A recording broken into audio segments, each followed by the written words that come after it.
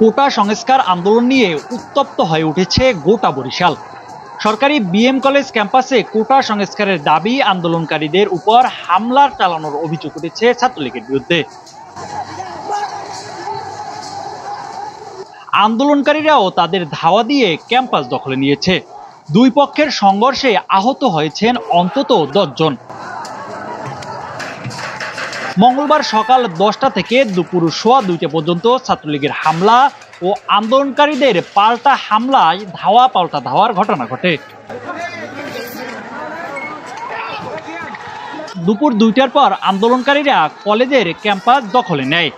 তারা লাঠিসোঁটা নিয়ে ক্যাম্পাসের বিভিন্ন পয়েন্টে অবস্থান করছে বলে জানিয়েছেন প্রত্যক্ষদর্শীরা। বিএম কলেজের প্রত্যক্ষদর্শী এক শিক্ষার্থী বলেন, সকালে বিএম কলেজের শিক্ষার্থীরা ক্যাম্পাসের 0 পয়েন্ট এলাকায় অবস্থান নেয়। পরে তারা মিছিল বের করলে বিএম কলেজের ছাত্রলীগের নেতাকর্মীরা হামলা করে। এতে বেশ কয়েকজন শিক্ষার্থী আহত হয়।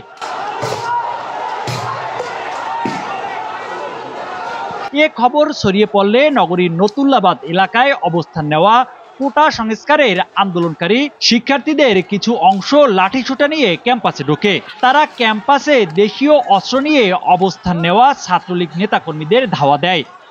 এ সময় উভয় পক্ষের মধ্যে ধাওয়া পাল্টা ধাওয়ার ঘটনা ঘটে। এক পর্যায়ে ছাত্রলীগের নেতাকর্মীরা মহাত্মা অশ্বিনী কুমার ছাত্রাবাসে গিয়ে অবস্থান নেয়।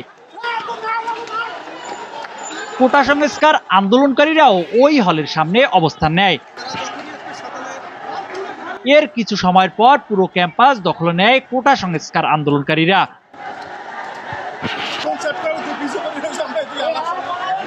উপায় না পেয়ে ক্যাম্পাসের আশপাশে অবস্থান নেওয়া ছাত্রলীগের নেতাকর্মীরা কোটা সংস্কার আন্দোলনকারী শিক্ষার্থীদের উপর ইট পাটকেল নিক্ষেপ করতে শুরু করে।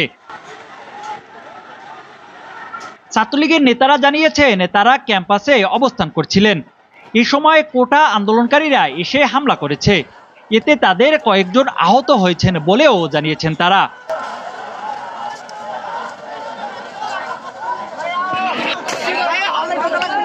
বিএম কলেজের শিক্ষার্থী সাইফুল ইসলাম গণমাধ্যমকে বলেন, শান্তিপূর্ণ অবস্থানে আমরা আন্দোলন শুরু করার পরপরই ছাত্রলীগের নেতাকর্মীরা আমাদের হামলা করে।